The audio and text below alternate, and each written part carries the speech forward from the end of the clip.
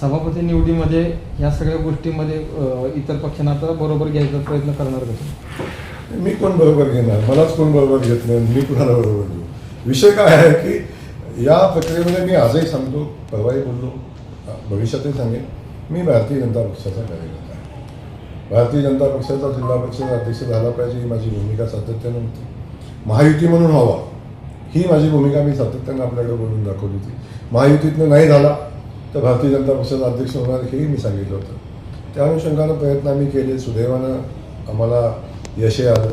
आताही आमची परिस्थिती आहे, महायुती म्हणून आम्ही सगळ्यांनी एकत्र येऊन काम करावं अशी माझी भावना आहे. नाही एकत्र आलो तरी भारतीय जनता पक्षाचे सभापती झाले पाहिजेत ही माझी भावना आहे. त्या अनुषंगानं आम्ही प्रयत्न करू. हो, विधानसभेमध्ये कायदे तज्ज्ञांची कमिटी नेमणार आहे अशा पद्धतीचं सभापतींनी काही वक्तव्य केलं होतं का, की जी वरिष्ठांची बैठक जी झाली होती त्या अनुषंगाने SP-च्या चौकशीबाबत कायदे तज्ज्ञांनी? नाही, मी खूप छोटा कार्यकर्ता आहे. सभापती लेवलला काय बैठक झाली मला माहिती नाही. ते वरिष्ठ निर्णय घेत असतात, वरिष्ठ त्याची माहिती ठेवत असतात. माझ्या माहितीप्रमाणे असे कुठले निर्देश सभापतींनी दिलेले नाहीत आणि कल्पना नाही मला दिली असली तर मी नसताना किंवा मला माहिती नसताना दिली असली तर मला कल्पना नाही.